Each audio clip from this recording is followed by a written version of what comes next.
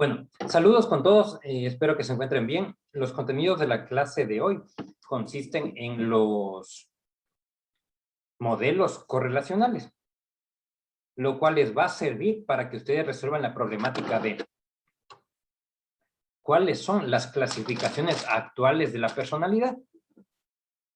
Entonces, a modo de introducción, cabe recordarles que durante estas clases hemos visto varias teorías que nos sirven para explicar los fenómenos psicológicos desde diferentes ángulos. Y estas teorías han contribuido a formar las clasificaciones actuales. Por lo tanto, probablemente esta sea bueno, y la siguiente, que es la última, son las clases más importantes de todo el semestre. Entonces, cabe recordarles que en estas clases nosotros vimos diferentes aportes hechos desde los métodos clínicos, como los psicoanalíticos y los humanistas, y también los aportes hechos en experimentos. Y ambos afirmamos que tenían cierto tipo de limitaciones. A nivel de los aportes clínicos, dejan dudas el nivel de generabilidad, puesto que fueron teorías construidas a partir de pacientes. Y en los experimentos también se genera duda acerca de la generabilidad de esos hallazgos, puesto que son aportes, pero en situaciones muy cotidianas o muy extrañas, es decir, en condiciones de laboratorio. Por ende, hay un tercer grupo de aportes que fueron a cubrir esa necesidad de presentar conocimiento generalizable, los cuales son las aproximaciones correlacionales, las que se caracterizan porque son modelos que han agarrado ciertas fórmulas matemáticas para aplicar en población general, ya no con animalitos ni solo con pacientes, sino con gente común. Por eso es que acá vamos a ver la teoría de Alport, la de los rasgos y factores, y se discutirán sus aportes y limitaciones. Entonces, de forma muy breve,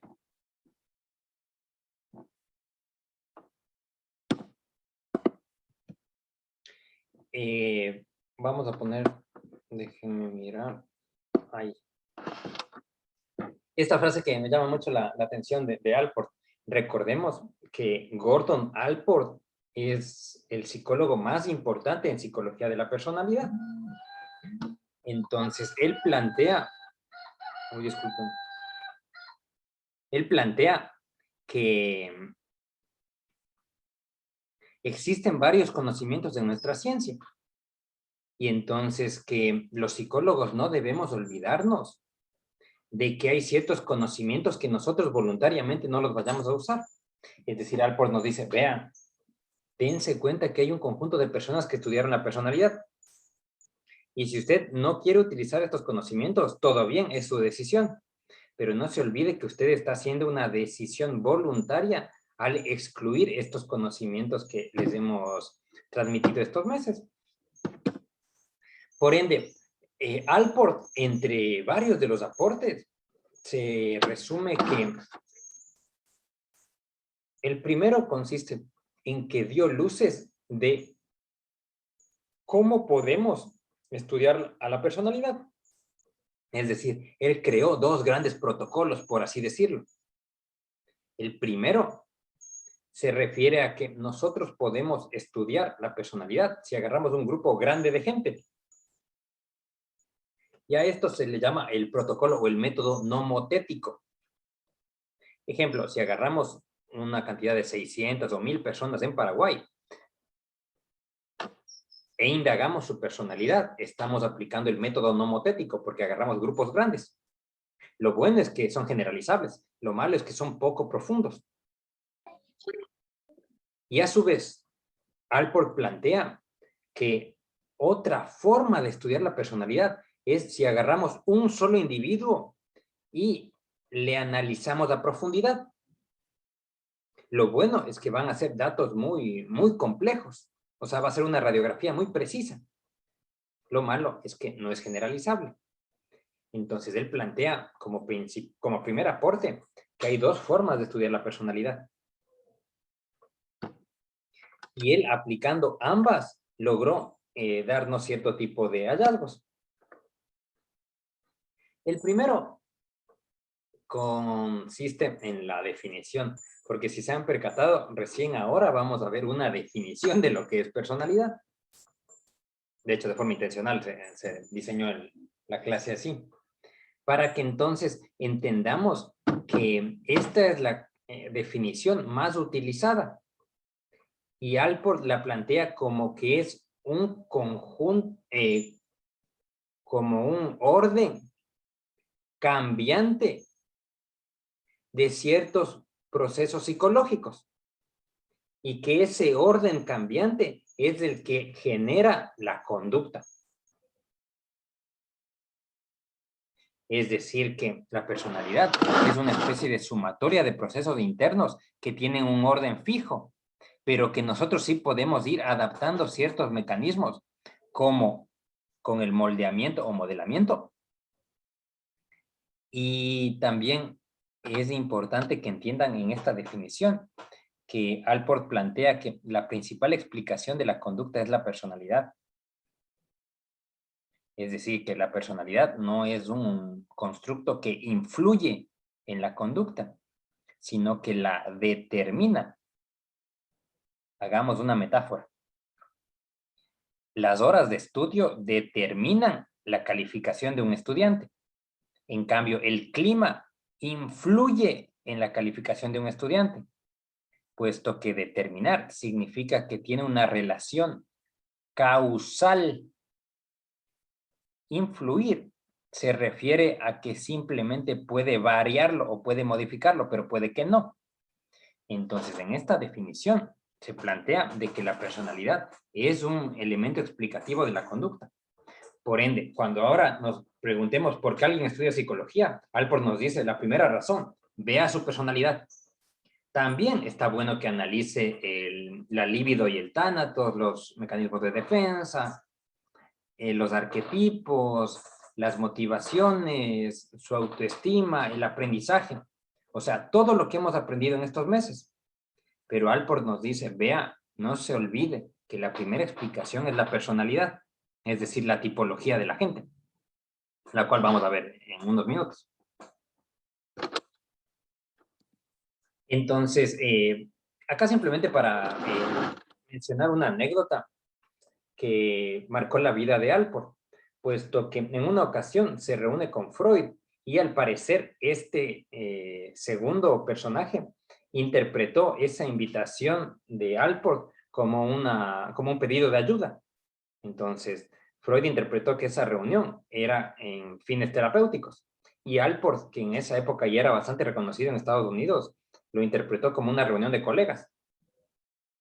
Entonces, como es común en las escuelas psicoanalíticas, cuando hay el primer contacto, se hace silencio y se espera que el paciente comience a hablar. Eso hizo Freud. Y entonces a Allport, al sentirse incómodo, contó la primera anécdota que se le ocurrió, que era que durante el trayecto vio a un niño esperando en el tren. Y entonces, al parecer, Freud le preguntó si ese niño era alguien imaginario y no era, y en el fondo Allport quería expresarle que se sentía solo y que ese niño era él mismo.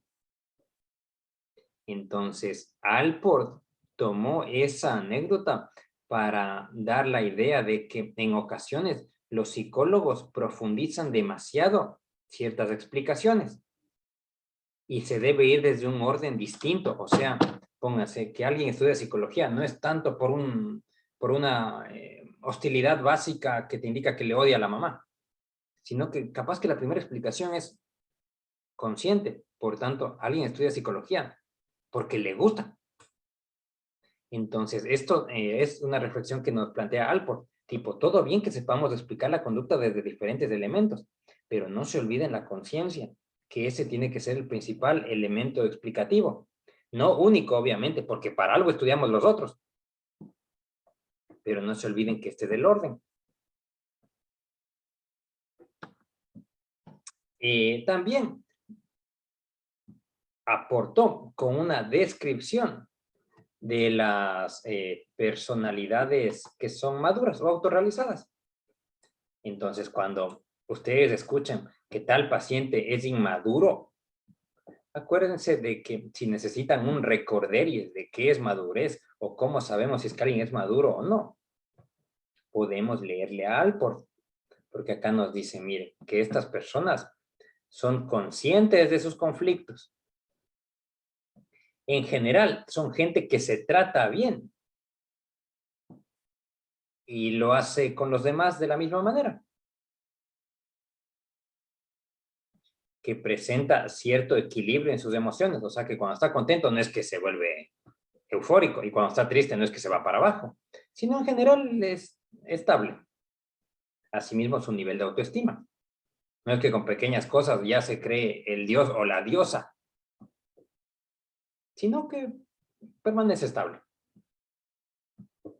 Asimismo, que son personas que tienen una percepción equilibrada del entorno, o sea que no es que ven las cosas desde el positivismo ingenuo, ni desde el negativismo pseudo-intelectual. A su vez, son personas con perspicacia, o sea, son analíticos. Tienen sentido del humor, pero no el humor agresivo. Y tratan de buscar un equilibrio con los demás y con la naturaleza.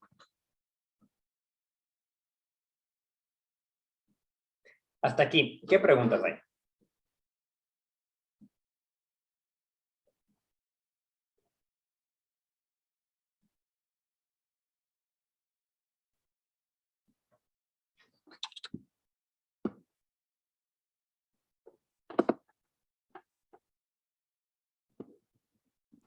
Profe, dentro de estas características que menciona, no hay también como falencias o como debilidades de la personalidad.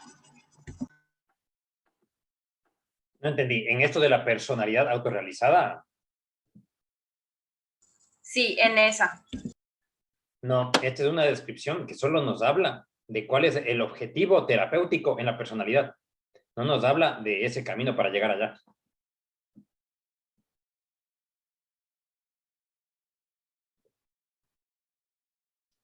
Sigamos.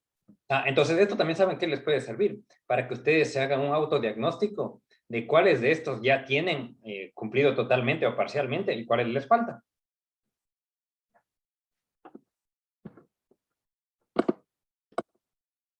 La otra. Alport contribuyó descubriendo la unidad fundamental de la personalidad. Recordemos que unidad fundamental se refiere a la parte más pequeña o la parte principal de alguna estructura. Ejemplo, en los seres vivos, nuestra unidad fundamental es la célula, porque es el elemento o es el ladrillo con el que se forman los tejidos, los órganos, los sistemas y por ende los seres vivos. O en la física, la unidad fundamental es el átomo. Entonces nos dice que la personalidad es un conjunto grande de cosas, es como una especie de gran pared. Y ven que la pared tiene, pongámosle que la personalidad es una casa. Entonces ven que la casa tiene piso superior, piso inferior, paredes, un montón de cosas. Pero en general todas ellas están formadas por ladrillos. Entonces nos dice que la unidad fundamental o la parte más pequeña de la personalidad le vamos a llamar rasgos, lo cual no es más que un término para referirnos a las características. Entonces, en vez de decir Juan tiene una personalidad caracterizada por extroversión, es mejor reemplazar por el término rasgo. Juan tiene una personalidad con rasgos de extraversión, puesto que rasgo es una forma habitual de comportamiento. Por ende, es el término que utilizamos mucho en psicología, rasgos. Alguien que es violento se le dice persona con rasgos de violencia. O alguien que antes se le llamaba persona psicótica, es persona con rasgos psicóticos, porque rasgo se entiende como una característica que es estable.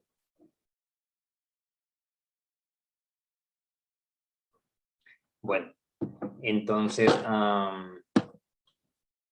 estos rasgos o características de la personalidad,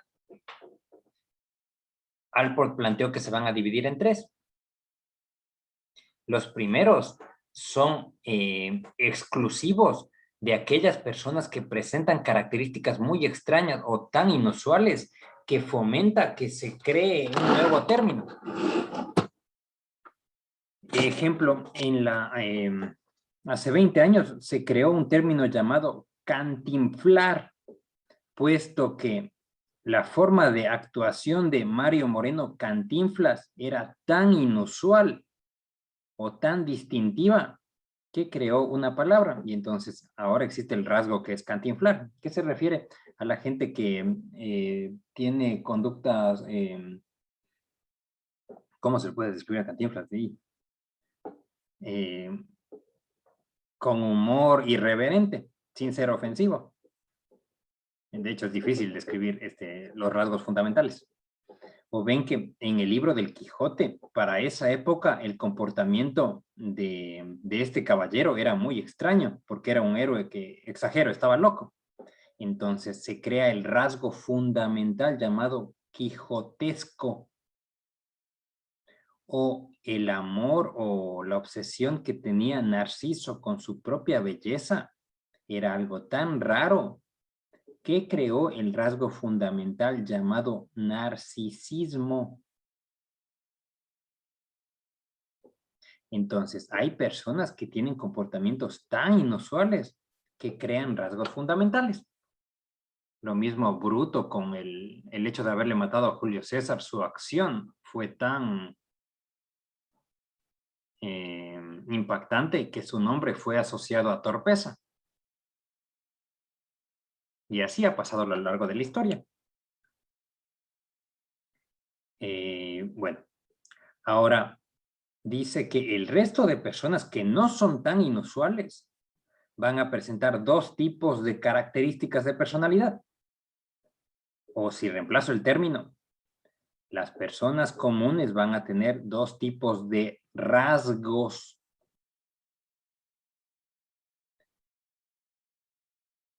Los principales corresponden a aquellas características que nos hacen distintos de los demás. Si estuviéramos hablando de cuerpos, capaz que todos acá tenemos un cerebro, un corazón y órganos digestivos.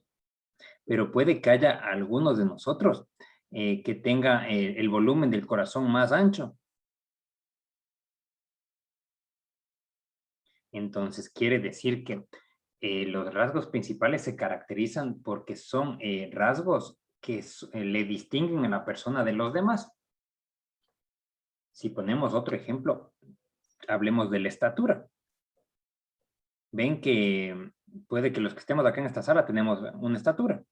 Y hay algunas personas que se destacan por su estatura. Es decir, que puede que sean superiores a la media o por debajo. Entonces, su rasgo distintivo o su rasgo principal va a ser esa alta o baja estatura. Hablando de personalidad, por ejemplo, ven que todos los seres humanos somos sociables. Y hay personas que van a tener rasgos distintivos, o sea, rasgos principales de socialidad, si es que socializan mucho más que el promedio. Así como al ser humano, todos tenemos emociones. Y hay algunos que tienen rasgos principales que consiste en que expresan con mucha facilidad las emociones. Ahí estamos diciendo que esta persona se distingue de los otros por sus emociones. Y en cambio, los rasgos secundarios son el resto de comportamientos que tenemos de forma común, pero que no nos distinguen. Por ejemplo, es normal que nos divirtamos, o sea, la conducta de diversión es nuestro rasgo secundario. Pero si entre nosotros hay alguien que le gusta más que el entorno, esa diversión ya para ese paciente no es secundario, sino es rasgo principal. O es normal que a los seres humanos les guste estar tranquilos, pero si hay alguna persona que le gusta mucho más que a los otros estar tranquilo, esa tranquilidad ya no es rasgo secundario para esa persona, va a ser su rasgo principal. Entonces, todos los seres humanos tenemos características que nos hacen semejantes a los otros y también tenemos características distintivas, las cuales en general suelen ir entre 5 a 10 palabras. Por eso es que si su profesor les preguntara en la clase presencial, a ver, ustedes descríbanse con 5 palabras, capaz que nuestro paciente imaginario Luis diría, a ver, yo me describo con música, arte, optimismo, energía, deportes.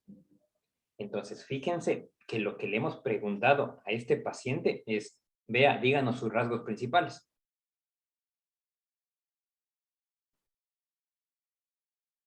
Entonces, así con esta pregunta sencillita, nosotros podemos indagar cómo es que los seres, o sea, los rasgos principales de los pacientes.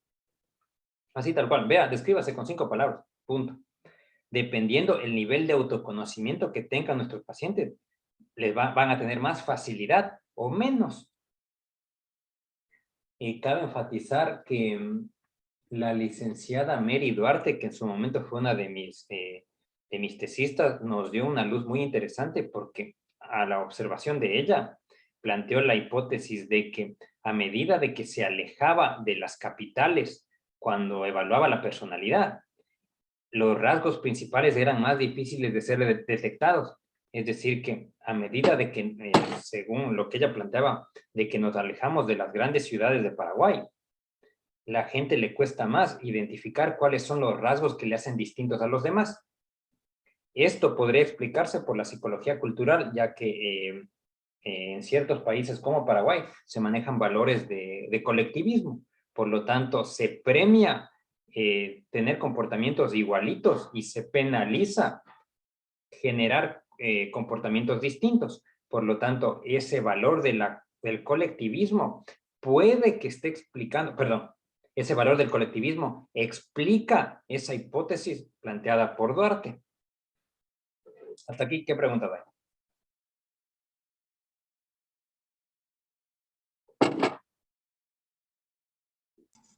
Profe, entonces no se va a poder generar como una lista de rasgos principales ni secundarios porque depende mucho de la personalidad que tenga cada persona. Porque decías que, por ejemplo, la tranquilidad puede ser para una persona un rasgo principal y para otra secundaria. Claro, de hecho, lo que pasa es que Alport, con su línea de investigación, logró hacer como una especie de diccionario grande de adjetivos del comportamiento. Y entonces, con ese listado grande, nosotros podemos identificar cuáles son los rasgos que distinguen a cada una de las personas. Entonces, ¿que hay un listado de rasgos? Claro que hay. Dependiendo de la personalidad que tenga el sujeto, unos van a tener rasgos principales y para otros, esos principales van a ser secundarios. ¿Se entendió la respuesta? Sí, profe, me quedó claro. Bueno, otra pregunta. Procuren aprovechar bastante estas 2 clases.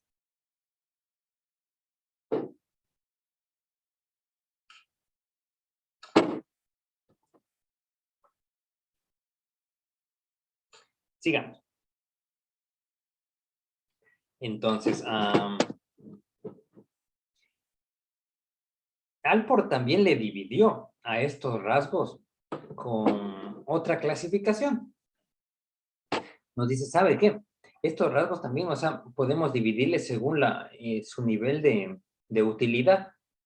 Entonces, los rasgos de motivación van a ser aquellos que respondan a necesidades físicas. Por ejemplo, ven que el ser humano tiene la motivación de alimentarse, por lo tanto, tiene el rasgo de comer, porque ven que un rasgo es un comportamiento que se repite. O el ser humano tiene el rasgo de tomar agua. O el ser humano tiene el rasgo de vestirse. Entonces nos dice que existen rasgos de motivación, ¿sí? Que serán rasgos de motivación, aquellos que se explican por necesidades básicas. Y en cambio, rasgos de estilo son aquellos que nosotros que tenemos, pero que no responden a un apetito. Por ejemplo, capaz que ustedes tienen la necesidad de hablar con alguien y ven que en nuestra especie el hablar no nos sirve para satisfacer ni el alimento ni la protección directamente. O tenemos la necesidad de jugar handball. Ven que el handball no nos salva la vida.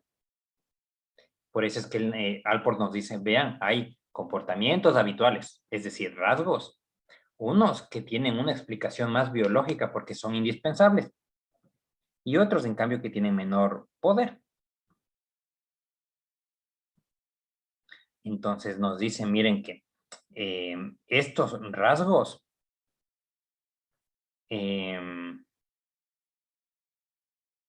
forman lo que se llama el propium, es decir, que todos tenemos así un montón de rasgos, pero los que son más importantes para el sujeto, él le llamó propium, es decir, un conjunto de características que nos distinguen. En otras palabras, son los rasgos que son más comunes. Entonces, pónganse, nuestro paciente Juan puede que su propium sea que se levanta todos los días a las 8. Otra parte de su propium es que todos los días come 5 veces al día. Entonces, puede que Juan tenga otro tipo de comportamientos que no son tan estables, como puede que haya días que se levanta más tarde, pero esos no corresponderían al propium, porque propium se refiere a los rasgos que le distinguen, que son más estables, o sea, que son más fuertes. Imagino que en estos años entró al propium de ustedes que reciben, que asisten a clases, o que leen, capaz que antes de la facultad leían menos. Entonces ya el propium, ya esa conducta repetida que es leer, ya ha formado seguramente parte de nuestro propium.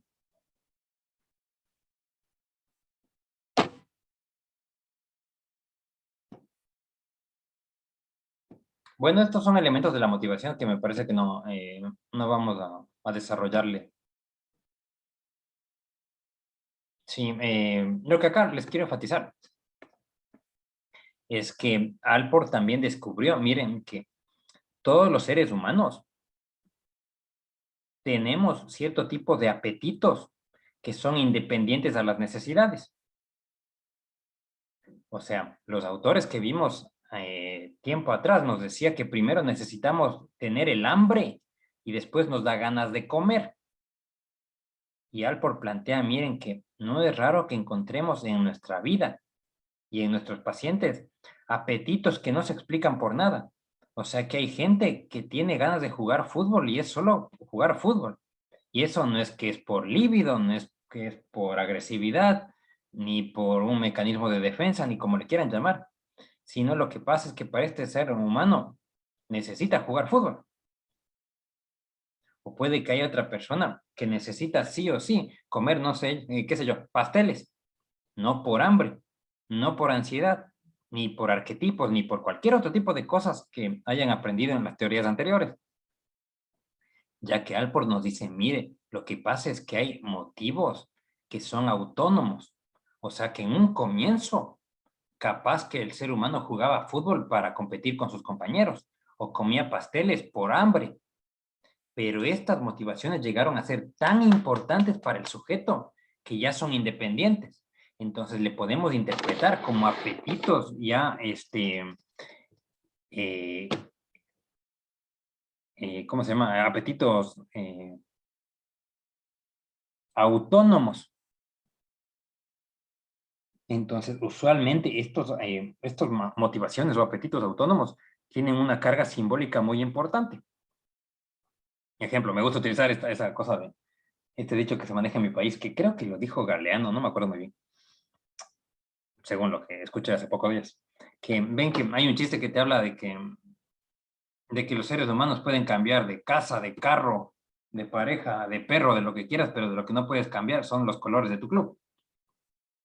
Entonces, este ejemplo me parece muy gráfico porque no es que una persona nace ya, o sea, con una camiseta blanca y una banda roja o con los colores de Suecia en la remera, sino que puede que en un comienzo se utilizaba esa banda porque, o sea, eso le regalaron en un cumpleaños, o que le gustaba vestirse con la camiseta azul y amarilla porque esa era su forma de compartir con el resto de hermanos que eran hinchas de Boca.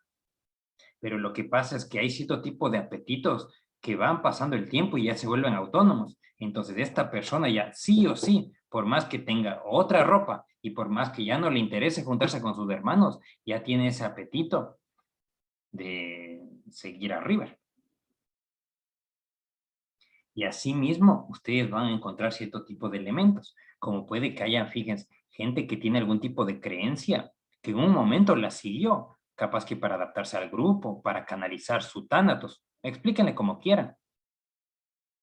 Pero no olviden que los seres humanos tienen estas motivaciones autónomas, que de por sí tienden a ser intocables. Por eso debemos tener mucho cuidado en psicoterapia de ver de cuando tocamos ese tipo de temas, pues. Porque la gente es normal que si les tocas los símbolos, la gente reacciona y no de forma amable, sino con agresividad y algunos con violencia. Entonces él descubrió, vean, nosotros podemos explicar un montón de cosas desde un montón de teorías profundas, pero hay algunas que van a ser autónomas, que va a ser solo porque le gusta comer pastel y punto y nada más. Capaz que en un comienzo se podía explicar de otra forma, pero ahora le gusta comer pastel. Hasta acá. ¿Qué preguntas hay?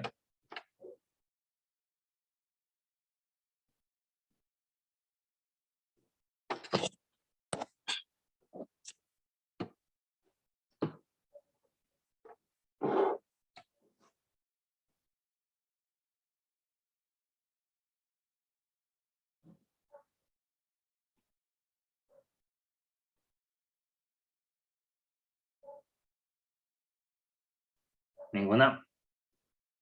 Bueno, vamos a hacer algo. Y vámonos un receso de 5 minutos y a las 8:30 continúo. Y ahí sí, entonces vamos a ver las... Ay, perdón, con razón. Necesito 5 minutos más para acabar esto. Ya me daba cuenta que algo me olvidaba. Alpor, para estudiar a profundidad a una persona, nos desarrolló este método morfogénico, que en otras palabras nos dice que si ustedes quieren saber a profundidad la personalidad de un paciente o las suyas, pueden utilizar estas, es necesario que utilicen esta triangulación, es decir, que apliquen estas 3 técnicas y vean convergencias entre estos diagnósticos. Comencemos con la última. Observación conjunta y cruzada se refiere a que nosotros podemos preguntar a la gente que le conoce a nuestros pacientes por mínimo 2 años cómo es el paciente. Es decir, a los amigos de Juan le podemos decir, vea, usted me podría decir cuáles son las características que le distinguen a Juan. Y nos va a decir entonces, a ver, Juan es mi amigo, entonces él es tanto, cuánto y tanto. Le preguntamos al otro, misma pregunta. Entonces, para mí es tanto, cuánto y tanto. A eso se refiere observación conjunta.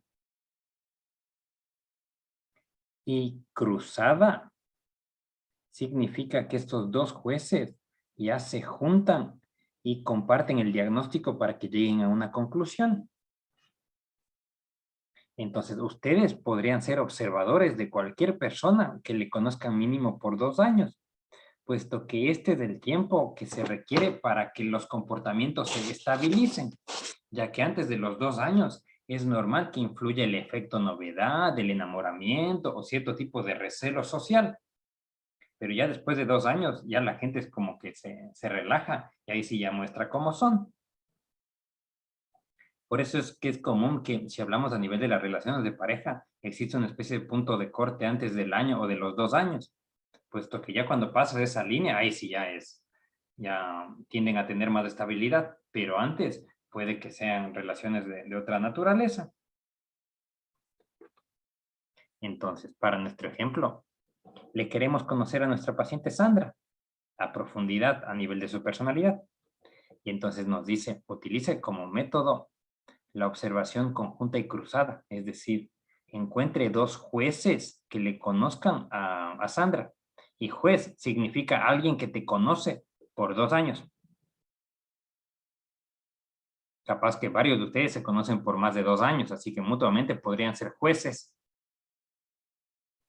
Bueno, el segundo método, es decir, que con el diagnóstico que tenemos aquí, vamos a confirmar con un segundo método llamado análisis factorial, el cual entiendo que varios de ustedes están siguiendo la materia teorías y técnicas psicométricas. Entonces, ese mismo análisis se puede utilizar con test psicológicos.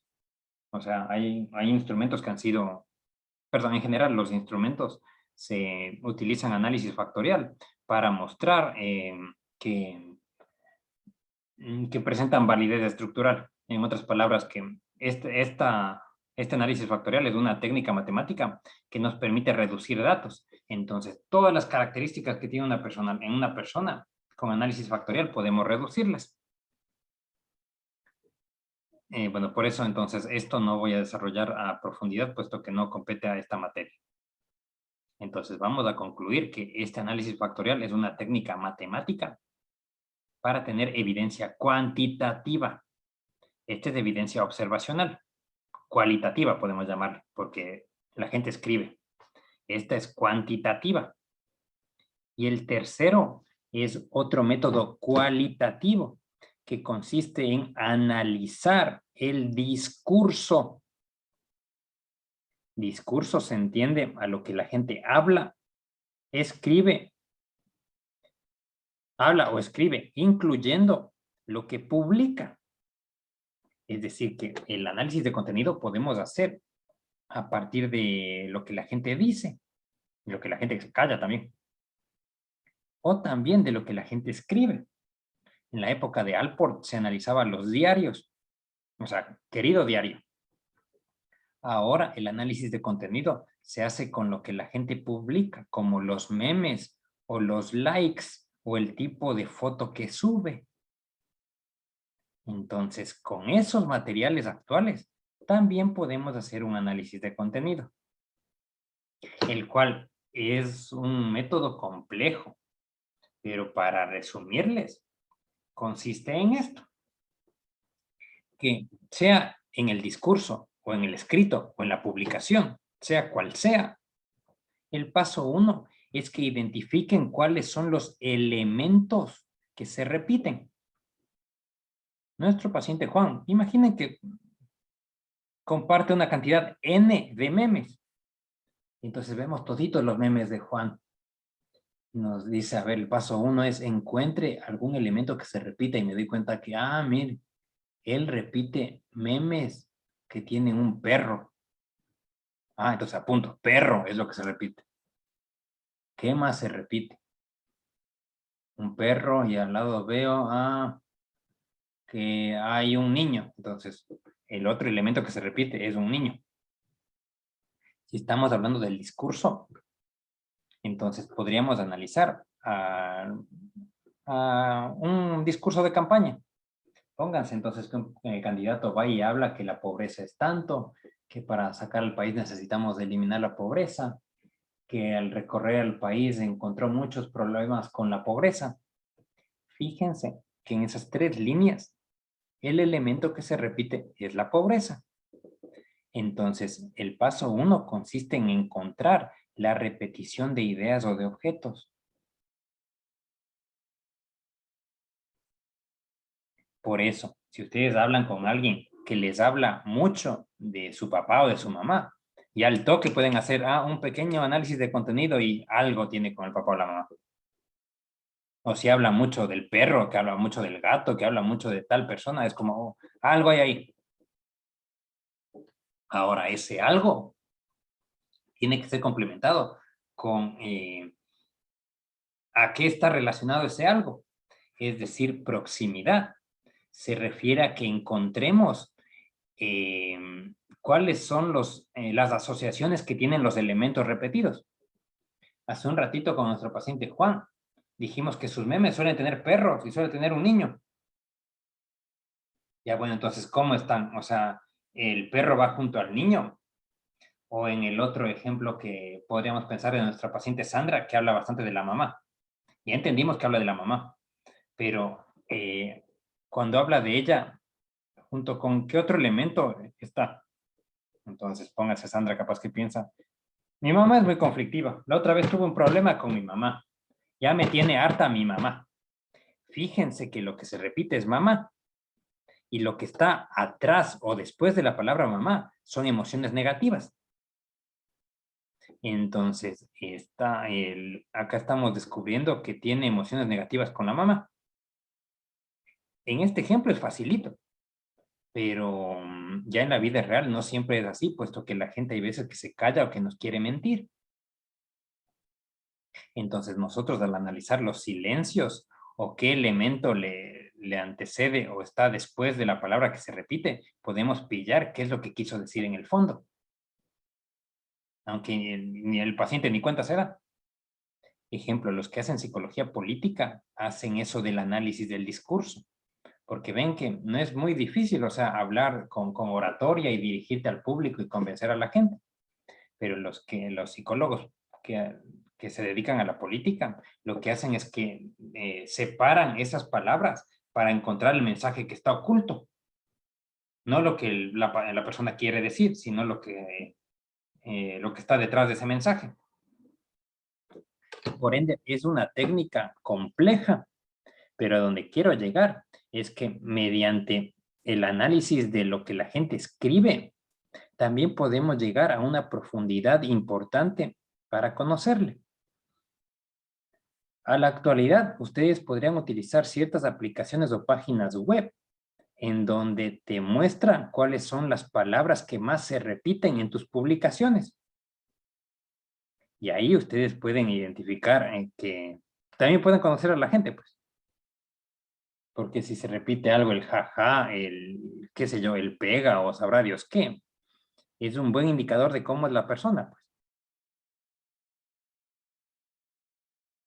Y esta técnica del análisis de contenido conozco que se utiliza para diversas áreas. Pónganse en la gente que selecciona personal o en algunas embajadas que no voy a mencionar su nombre por obvias razones.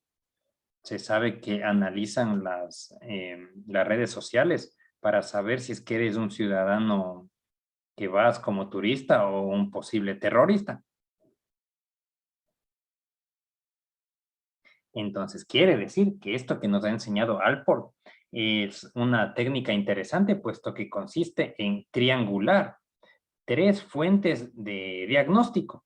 Y ahí sí vamos a tener una evidencia más robusta en comparación con solo analizar alguno de estos 3 elementos. Bueno, hasta aquí. ¿Qué preguntas hay?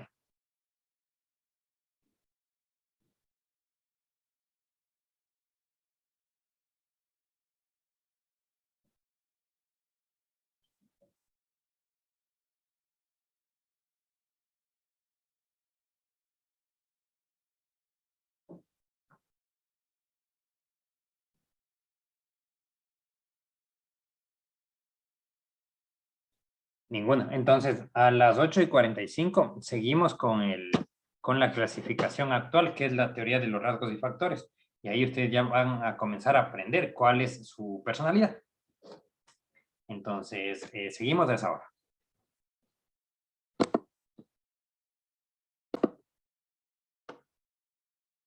Bueno, sigamos. Estamos en el contexto de que Gordon Allport se le considera como el padre de la psicología de la personalidad. Uno podría preguntarse, ¿y qué hizo él?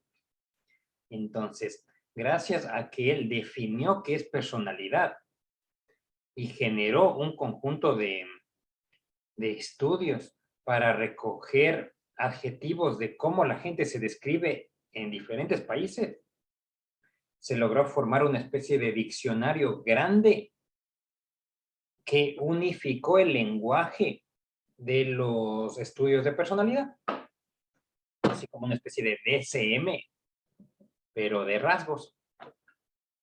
Y entonces, los aportes de Allport inspiraron la creación de una teoría, más bien de un grupo de teorías que se llaman rasgos y factores.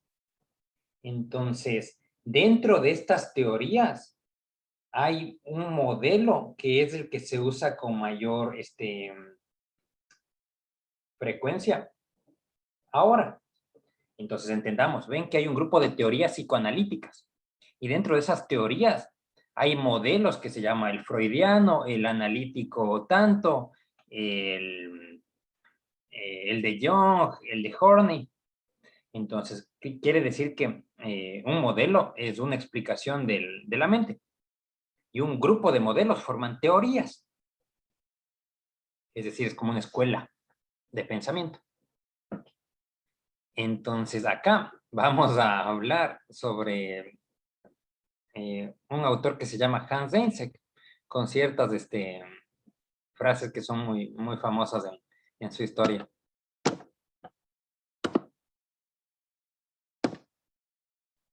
Entonces, primero, esta teoría de los rasgos y factores es la que en los últimos, ahora diríamos 60 años, ha englobado los estudios de la psicología, de la personalidad. Entonces, en estas teorías de los rasgos, se ha coincidido en que parece ser que existe una tipología o una clasificación que es bastante buena, la cual no solo se aplica a los países del primer mundo, sino también acá en Paraguay y en otros lados. Entonces, este modelo o esta clasificación llamada Big Five o 5 grandes factores tuvo como antecedentes, como dije hace un ratito, esa recopilación que hizo Allport a lo largo del mundo hasta juntar 18,000 adjetivos. Ya que en esa época, como no había un lenguaje unificado, entonces pónganse que alguien hacía un estudio en Ecuador sobre personalidad y para llamarle ahí a la gente que es muy directa o muy tosca, ahí se llama mala leche. Y en cambio, si un investigador quería hacer algo parecido en Paraguay, capaz que primero hubiera tenido que, o sea, no hubiera entendido qué es mala leche. Entonces hubiera hecho el mismo estudio y hubiera llegado a la conclusión de, bueno, estas son las características, solo que acá se llama Argel. Entonces se hubiera tenido que partir de cero y de cero y de cero, en vez de trabajar como en postas, como esa carrera de las Olimpiadas. Ven que uno corre hasta cierta parte y de ahí le pasas el testigo al otro para que siga corriendo. La ciencia funciona así, uno avanza un poquito y le das la posta a otro para que continúe, siempre y cuando haya un lenguaje unificado. Si no, lo que uno corre, el otro corre desde atrás y así mismo, y no van ganando mucho. O sea, no está estructurado los aportes. Entonces, el primer antecedente fue que Allport abrió esa línea de investigación, que él, junto con sus estudiantes, después de que Allport falleció, continuaron analizando cómo es el comportamiento de la gente en diferentes países. Y asimismo, en ciertas materias puede que hayan escuchado del autor que se llama Cattell, puesto que él fue una persona que creó varios instrumentos de medición, incluyendo de inteligencia y de personalidad. Entonces, hablemos un poquito más de Cattell. Él nos dice que el mejor método para saber la clasificación de la gente es desde un punto de vista inductivo. O sea, no es que primero se te viene a la mente como, a mí me late que hay gente neurótica y después así vas confirmando con tus pacientes. sino inductivo significa al revés, o sea, yo no voy con ninguna hipótesis, o sea, no tengo en la mente nada, sino agarro un grupo de personas y les agrupo y ahí recién comienzo a inventarme palabras. Es decir, el método inductivo, entre comillas, sería como ir sin prejuicios a generar clasificaciones. En cambio, alguien que ya va con una hipótesis en la cabeza y que busca evidencia que confirme tu hipótesis, se llama deductivo. Por ejemplo, si hay un crimen pasional, el método deductivo te dice, bueno, y pregúntenle a la pareja sentimental porque usualmente ellos son los responsables. Porque tengo la hipótesis en la cabeza y busco una evidencia que confirme. En cambio, inducción sería, bueno, todos son inocentes hasta que se demuestre lo contrario. Y ahí voy viendo según las pruebas a ver si es que me lleva al culpable. Entonces, Cattell enseña o aportó diciéndonos, vean, lo mejor es no venir con teorías previas, porque eso va a sesgar la forma de generar las clasificaciones. Ese fue el aporte hace 70 años, 80 años. Entonces, gracias a que él enfatizó eso de no ir con una hipótesis previa, se construyeron las clasificaciones actuales. Y Cattell propone, miren, otra triangulación de métodos con los cuales podemos diagnosticar mejor la personalidad de alguien. Y acá enfatizo para mis estudiantes que son psicólogos clínicos. Cuando quieran diagnosticar a profundidad la personalidad de alguien, se usa este método de Cattell. Y también en el resto de áreas de la psicología se aplica, también se puede aplicar. Solo que como en otras áreas de la psicología puede que tengan otro tipo de prioridades, sería más comprensible que no se aplique tanto estos tres. Y también los psicólogos clínicos están más acostumbrados a que tengan la exigencia de diagnosticar personalidad. En otras áreas no tanto. Bueno, entonces, datos L se refiere a que podemos conocer cómo es nuestro paciente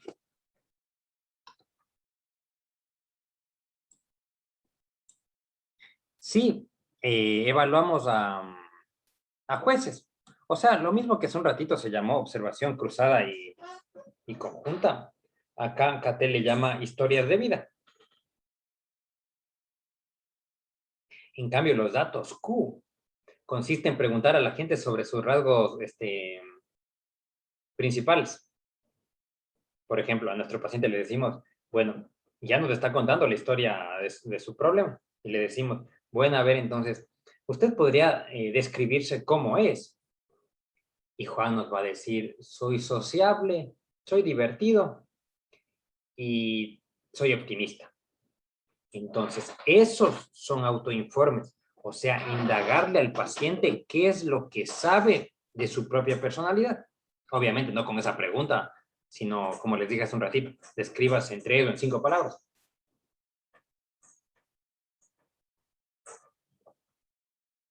Y la última fuente consiste en la aplicación de test objetivos, es decir, test cuantificables o psicométricos.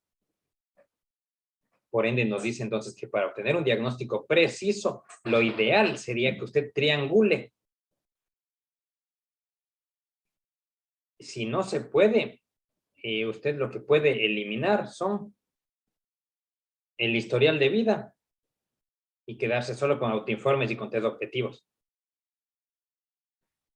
Y si tienen menos tiempo, o sea, si necesitan el diagnóstico más rápido, lo que podrían eliminar también son los test objetivos y quedarse solo con el autoinforme, siempre y cuando ustedes le hayan hecho la entrevista y ahí entonces, si le preguntan al sujeto cómo es y ustedes ven que su comportamiento coincide con la descripción, tenemos un diagnóstico. Por eso es que cuando ustedes tengan más cancha, ya solamente con una pregunta de usted cómo es, ya van a poder diagnosticar su personalidad. O inclusive puede que lleguen al punto en donde ya el paciente no necesita ni siquiera hablar, puesto que ya solo con la foto del perfil de WhatsApp ya puedes tener una hipótesis diagnóstica de quién es el que, o sea, cómo es la personalidad con la que te vas a encontrar tal día. O si es que no tienen esa forma de contactarles a los pacientes, ya solamente desde que abre la puerta de la oficina o el consultorio y entra, entonces solo viendo la ropa, cómo camina o qué dice, ya al toque uno puede saber la personalidad. Pero eso lo van a ir ganando con los años de experiencia, porque ahí se va a pulir el ojo psicológico. Bueno, entonces en pocas, Cattell nos aportó con otro método, o sea, con un protocolo de indagar. Hasta aquí, ¿qué preguntas hay?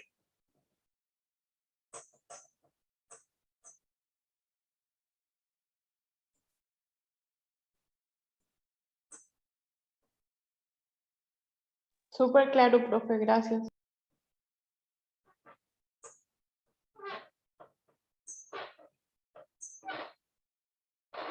Bueno, continuando. Entonces, este análisis factorial, como es propio de otra materia, no voy a profundizar tanto. Lo que sí voy a enfatizar es que es una forma con la cual nosotros podemos reducir datos. Entonces, esto se entiende así, miren. O sea, acá está puesto un ejemplo numérico, pero quiero contarles que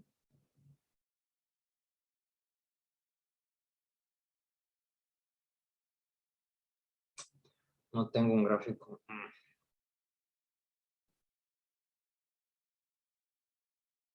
Bueno, vamos a hacer con las manos.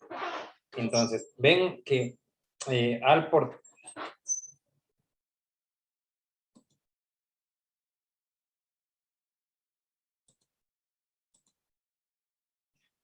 entonces ven que Alport agarró un conjunto de características cerca de 18,000. Entonces, si nosotros quisiéramos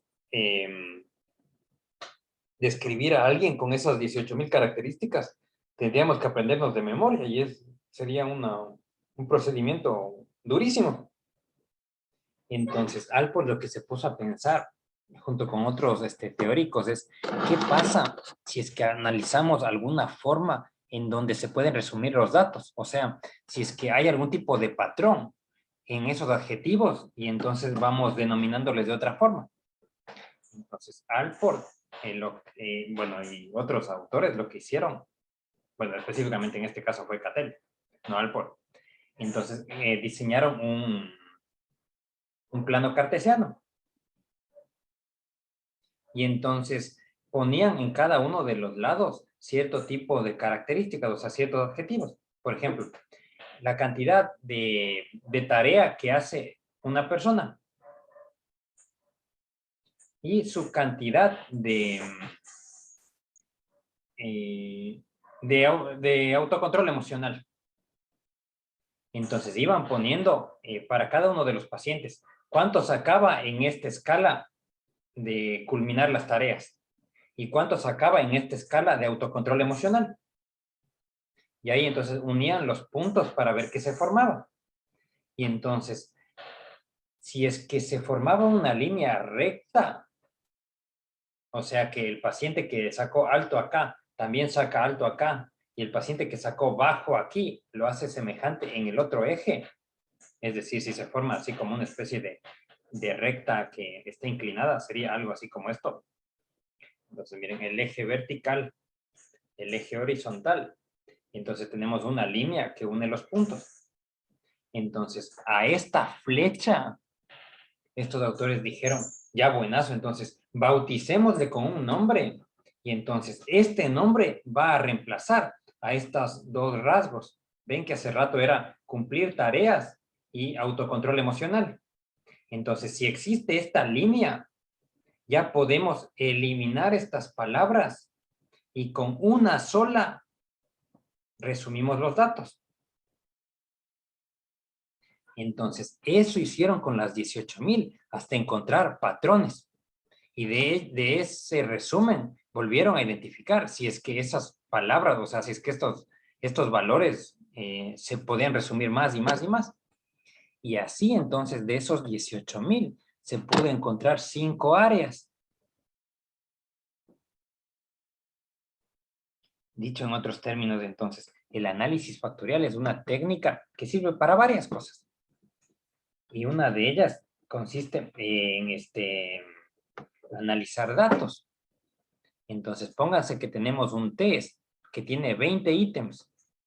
En el análisis factorial nos puede aparecer, vean, hay 3 grupos. Entonces, en vez de aprendernos las 20 preguntas, a esos 3 podemos bautizarle como cognición, emociones y conducta. Entonces, ese test que antes tenía 20 datos, ahora ya tiene 3 grupos. Por lo tanto, es más manejable entender. Y asimismo, de esos 18,000, se hicieron análisis factoriales para que se reduzca lo más posible. Y entonces llegó a la conclusión de que esos se reducen en 5 grupos. O que todos los rasgos con los que se describe a la gente se agrupan en 5 categorías. Y por eso se llama modelo Big Five, porque toditas las características de la personalidad pueden agruparse en 5. ¿Cómo se hace estos análisis factoriales? Los pasos y demás detalles no corresponden a esta materia, pero a donde les quiero enfatizar es que mediante las matemáticas se pudo reducir todita esa cantidad de datos toda la cantidad de adjetivos que existen en este planeta para describir a la gente, y se han agrupado en 5.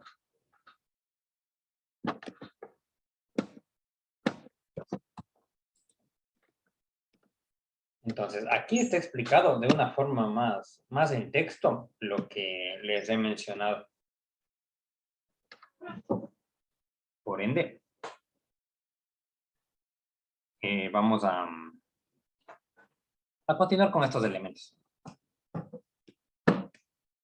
Ahora, otra persona que aportó mucho fue Hans Eysenck, que seguramente es el psicólogo que yo más admiro. Puesto que para hablarles una anécdota muy curiosa de Eysenck, es que a mi modo de ver, él no era psicólogo, o sea, por más que tenía el título y se dedicaba a la psicología, mi percepción es que él siempre fue un matemático o un físico frustrado. Y su historia es que él nació en Alemania. Y, si mal no recuerdo, pertenecía a un estrato socioeconómico medio alto. Es decir que, bueno, en esa época, la educación universitaria en el primer mundo era pagada. O sea, no es como ahora en la mayor parte de países del primer mundo, en donde con los impuestos de todos se financia la educación universitaria. Y entonces lo difícil es tener la capacidad intelectual para entrar. Pero la parte económica, en general, en el primer mundo, los universitarios no se preocupan, pues. Bueno, salvo algunos países, pero en general, en el primer mundo, el talento es premiado con que no te preocupes por el dinero. En esa época en Alemania no era así. Estoy hablando hace 100 años. Entonces, él quería ir a estudiar en Inglaterra, en donde están las universidades mejores a nivel de Europa. Por ende, parece que sus padres ahorraron mucho para tener una cantidad de dinero y mandarle a su hijo a estudiar. Y por tanto, Eysenck se muda a Inglaterra a los 18 años e ingresa al cursillo preuniversitario, semejante a lo que existe acá. Y entonces Eysenck hablaba alemán, no hablaba, o sea, su primera lengua no era el inglés. Entonces, al parecer, en ese curso de 1 año de preuniversitario, él se equivocó y eligió créditos distintos, puesto que él quería ingresar a la carrera de física. Parece entonces que esa dificultad lingüística que tenía en el inglés le hizo que se equivoque en los cursos. Por eso es que, culminado ese año de preuniversitario, fue a la Facultad de Física a inscribirse. Y ahí en secretaría le informaron que había elegido mal los cursos, por lo tanto no cumplía los créditos para ingresar a esa carrera. Y según lo que refiere su biografía, es que ese rato le pregunta a secretaría, ¿y qué carrera científica aún está disponible y me alcanza con estos créditos que tengo? Y la respuesta de la secretaria fue psicología. a cuyo comentario Einstein respondió, ¿y qué es psicología? Y ahí ella le explicó que es la ciencia que estudia la mente. Entonces, como al parecer eran los últimos días de la facultad y ya no tenía dinero como para repetir el cursillo, entonces decidió inscribirse en la carrera de psicología. Y a partir de ahí, a mi parecer, él se convierte en uno de los críticos más duros que nosotros hemos tenido. Ejemplo, en la década del 70, cuando él ya era muy conocido y muy famoso en Estados Unidos y en gran parte del mundo académico, él lanza una frase que menciona que no hay evidencia de que los pacientes que van a psicoterapia se curen más rápido que los pacientes que no van a terapia, sino que se curan solos. Entonces, en esa época, eso fue interpretado como que Einstein planteó que no hay evidencia que la psicología sirva para algo. Y aunque sea un comentario duro, ven que era cierto, porque en la década del 70 todavía no había evidencia que muestre la eficacia de la psicoterapia, porque capaz que los psicólogos decíamos que es tan obvio que les curamos a los pacientes que se nos olvidó investigar eso. Y entonces, gracias a la crítica de Einstein, se abre una línea de investigación para demostrar la eficacia de la psicoterapia, la cual a la actualidad está altamente fundamentada, pero en esa época causó revuelo. O también, y el detalle fue que Einstein murió en el año 1993, y entonces en los meses últimos, cuando todavía estaba lúcido, le volvieron a preguntar si mantenía todavía esa postura de que no hay evidencia suficiente de que la psicología muestre eficacia. Y Einstein planteaba que sí, todavía pienso que no hay evidencia suficiente que nos indique que se sirve para algo. Que si bien es cierto, es un comentario que sigue mostrando la dureza que tenía Einstein y también su forma muy, muy exigente. Y gracias a Einstein es que, a mi opinión, la psicología de la personalidad avanzó bastante, puesto que él plantea cuatro exigencias que debería cumplir aquella clasificación o aquella tipología de la personalidad que sea más estable. O sea, en la época de Einstein todavía se dudaba de las clasificaciones, porque hay algunos que utilizaban la de Jung, otros la de Freud, o sea, esas tipologías que hemos conversado de forma introductoria y que les dije que solo aprendan para entender, pero que no se usan. Entonces, en la época de Einstein todavía no había un consenso mundial de que ya se encontró la clasificación. Entonces, en esa discusión, Einstein plantea que si es que ustedes, comunidad científica, encuentran, yo voy a estar de acuerdo en que ya encontraron, siempre y cuando se pasen estas 4 pruebas que se me ocurrió. Exagero, no planteó así, pero fundamentó mucho que solamente estaremos ante la presencia de la clasificación de la personalidad universal, si es que esta clasificación pasa estas 4 pruebas. Si no, consiste en una tipología interesante, útil seguramente para ciertos grupos etarios, o sea, para ciertas edades o ciertos países, pero no para hablar que se ha encontrado ya la estructura de la personalidad, la clasificación de la personalidad.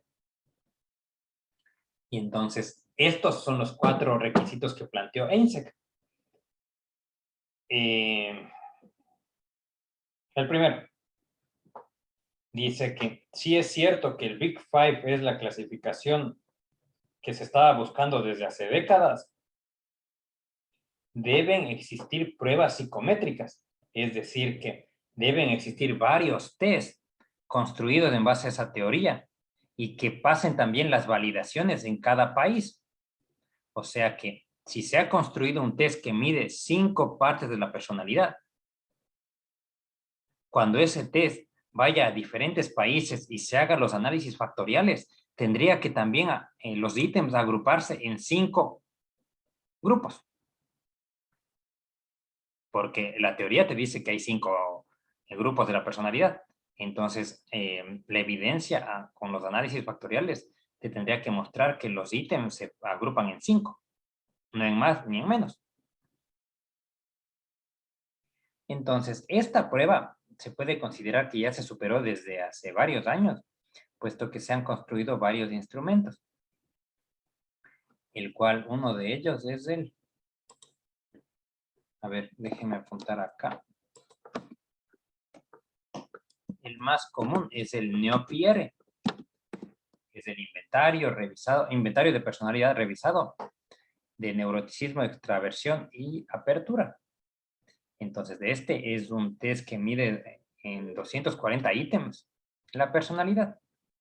Y asimismo, gracias a este, se han creado otros como el Big Five Test y demás. Entonces, acá quiero dejarles una recomendación de que hay una web que se llama IPIP. Creo que es .com.org o es ipip.org. La cosa es que es la página del Proyecto Internacional de Psicología de la Personalidad, la cual consiste en una agrupación de científicos que crean test, los validan, o sea, muestran que funcionan y les suben a esa página para que sean usados de forma gratuita. Entonces, si es que algún rato necesitan algún instrumento de personalidad o de cualquier otra área, visiten esa página, puesto que ahí están esos instrumentos que son de acceso libre. O sea, no se paga. Y cada vez hay más psicólogos que se unen al proyecto IPIP para facilitar herramientas que no tengan costo. Puesto que nuestra profesión, o sea, no busca lucrar, sino lo que busca es ayudar. Independientemente de si se dedican a ser clínicos, laborales, sociales o inclusive aquellas personas que se dediquen a hacer investigación o solamente teoría, de una u otra manera ayudamos, sea con intervenciones o sea con conocimiento. Por eso es que cada vez es más común que haya gente que aporta a IPIP.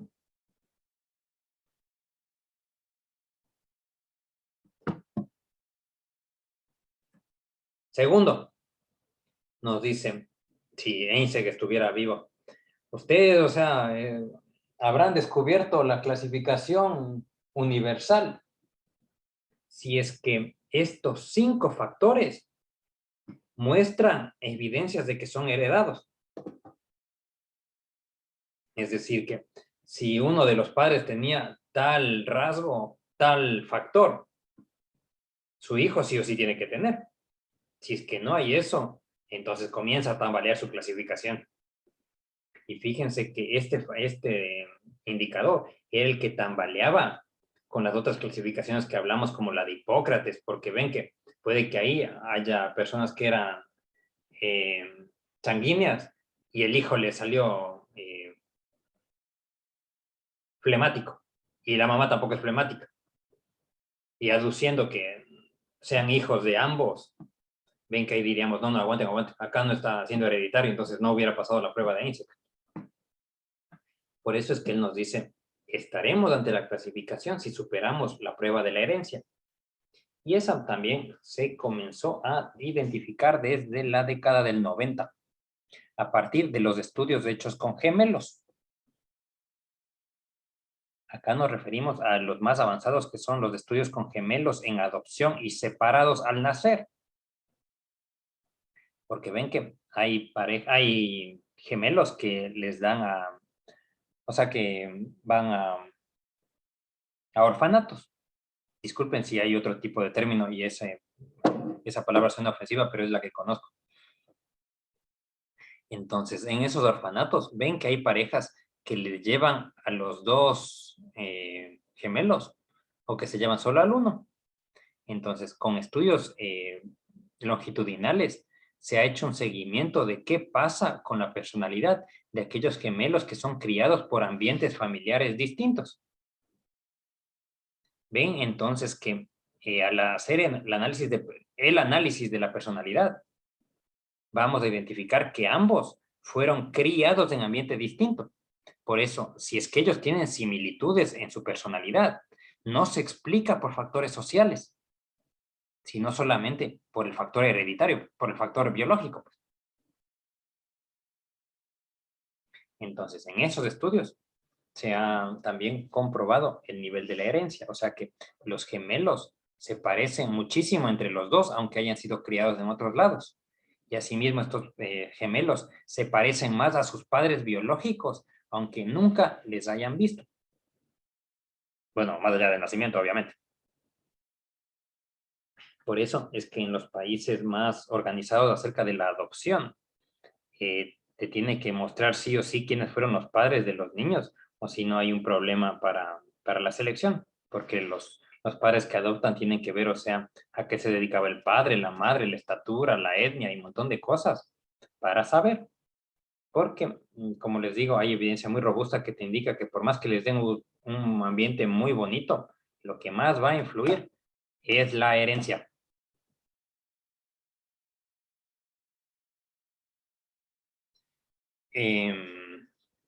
Quiero finalizar con esto. Hay un año, para quienes seguimos las teorías de personalidad, fue muy importante, que es el 2010. Puesto que, miren, desde hace un buen tiempo atrás ya se sabía que analizando la personalidad que tenían los sujetos, nosotros podemos saber cierto tipo de comportamiento futuro. Ejemplo, ven que la gente más extrovertida, lo más común es que tengan más amigos y que tengan niveles de felicidad a corto plazo mayores. O la gente que tiene una personalidad llamada alta responsabilidad. Lo más común es que le vaya bien en el trabajo. Es decir, que si tenemos un muchacho de 18 años, todavía no trabaja, y le detectamos que su personalidad es de alta responsabilidad. Si la vida fuera un casino, podríamos apostar que lo más probable es que cuando consiga trabajo le va a ir bien. Y si es que está en un ambiente cultural en donde se premia el esfuerzo, o sea, que uno asciende por mérito, no por palanqueo, uno también podría apostar que, vean, en cuestión de 5 años esta persona se vuelve jefe. Si vivimos en un ambiente así. Si no, ahí sí pasa otra cosa, como dirían en el país. Entonces, quiere decir que nosotros, a partir del conocimiento de la personalidad que tiene una persona, podemos predecir cierta conducta futura. Por eso es que también podemos saber cuáles son las enfermedades más comunes que tiene la gente según su personalidad. Y no nos referimos solo a enfermedades mentales, sino también a enfermedades físicas. Y también hay modelos que permiten predecir la esperanza de vida. O sea, hasta qué edad va a vivir cada persona en tendencia según su personalidad. Obviamente, a menos que sucedan cosas extraordinarias, ¿no? Pero donde quiero llegar es que ya hay modelos matemáticos que utilizando ciertas ecuaciones podemos predecir la conducta futura. O sea, es algo que, aunque no crean, es bastante sabido en psicología. En ciertas partes. El año 2010 fue algo muy interesante porque ven que hasta antes de ese año uno podía predecir la conducta futura de los sujetos si es que le evaluamos la personalidad. Como si a una muchacha a los 16 años le detectamos que su personalidad pertenece al grupo de baja estabilidad emocional. Imaginemos que esta muchacha todavía no ha iniciado su vida sexual. Entonces, el tener esa personalidad le hace más proclive a padecer infecciones de transmisión sexual, aunque todavía no haya comenzado su vida sexual activa. Entonces, solo con la personalidad ya podemos predecir algo. Entonces, en el 2010 lo que pasó fue algo muy grande a los ojos de su profesor, porque ahí comenzaron a aparecer las evidencias de la de los genes que están detrás de cada uno de los rasgos de personalidad. Es decir, que el gen codificado 17, KF, lo que sea, es el que genera tal personalidad. O el gen 61, tanto, genera esta otra personalidad. Entonces uno podría preguntarse, ¿y eso qué tiene? O sea, si es conocimiento de genética o genética y psicología, pero a nivel aplicado, ¿para qué sirve? Entonces, fíjense que el aparecimiento, la identificación de los genes que están detrás de la personalidad sirve para que nosotros ya podamos predecir la conducta futura, inclusive de personas que ni siquiera han sido concebidos. Es decir, que a partir del análisis genético de una pareja de adultos, podremos nosotros predecir cómo va a ser la personalidad del hijo, inclusive antes de que esta pareja copule. También se puede decir, o sea, la esperanza de vida de este hijo, de esta hija que nacería, qué es lo más probable que estudie, qué es lo más probable que en lo que se desenvuelva a nivel laboral, cuáles van a ser sus principales enfermedades mentales y demás características. Es decir, que desde este año se pasó a la posibilidad de predecir la conducta futura de gente que ni siquiera ha sido concebida, menos aún que ha nacido. Por ende, esta segunda prueba de INSEE también se pasó y desde hace varios años. Por fines de tiempo, vamos a llegar hasta aquí, puesto que en la siguiente clase, ahí sí les vamos a contar cuáles son esos 5 factores. Entonces, es posible que sea una clase larga la siguiente, pero ahí ustedes van a entender cuáles son los, cuál es esta clasificación y también para que ustedes puedan identificar qué personalidad tienen.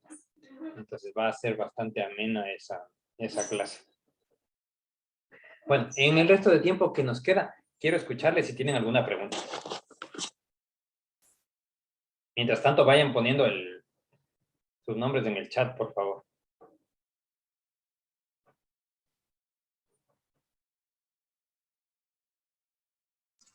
Profe, la compañera te hizo una consulta en el chat.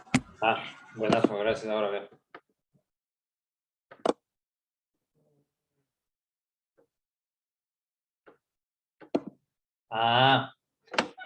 Nos ha preguntado cómo uno puede saber la predisposición que tienen ciertas enfermedades, ciertas personalidades a ciertas enfermedades.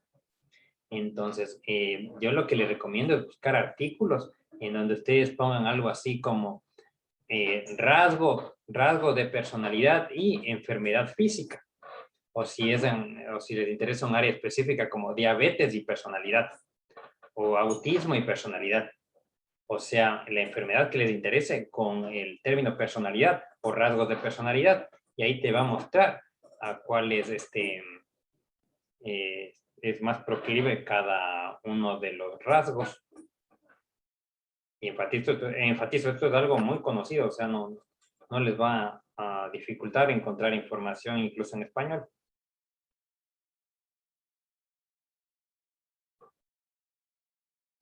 ¿Otra inquietud?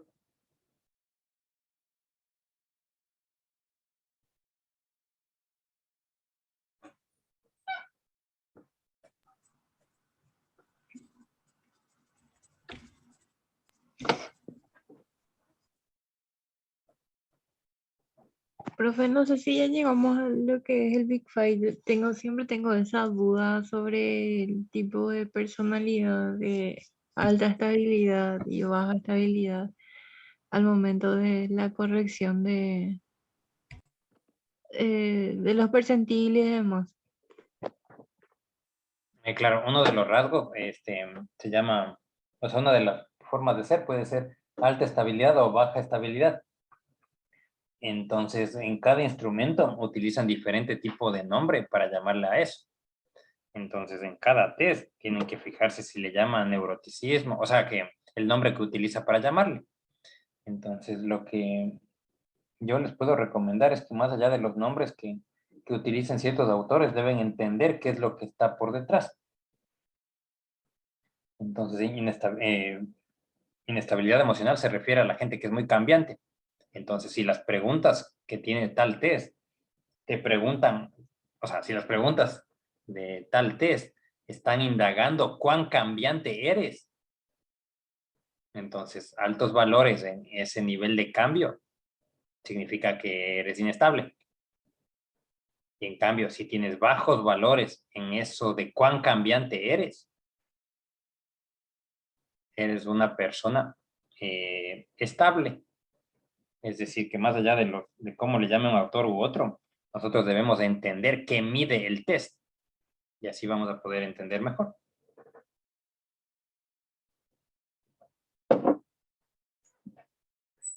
¿Otra inquietud?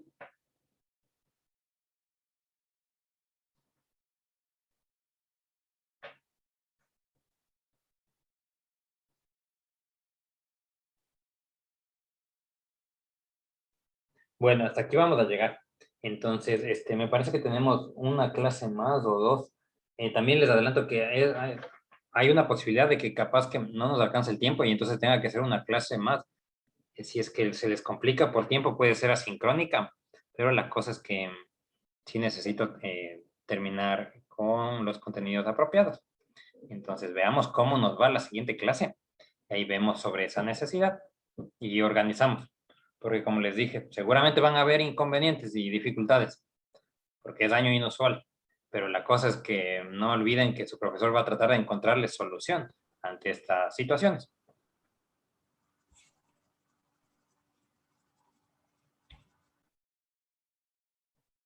Bueno, entonces hasta acá llegamos. Ah, también me dijeron que no se olviden de evaluar mi desempeño creo que tienen una aplicación o alguna cosa así en la plataforma. Entonces, por favor, no se olviden de hacer eso porque es importante también.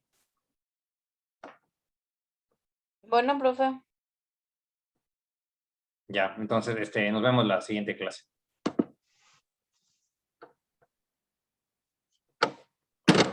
Buenas noches. Gracias, profe. Que estén bien.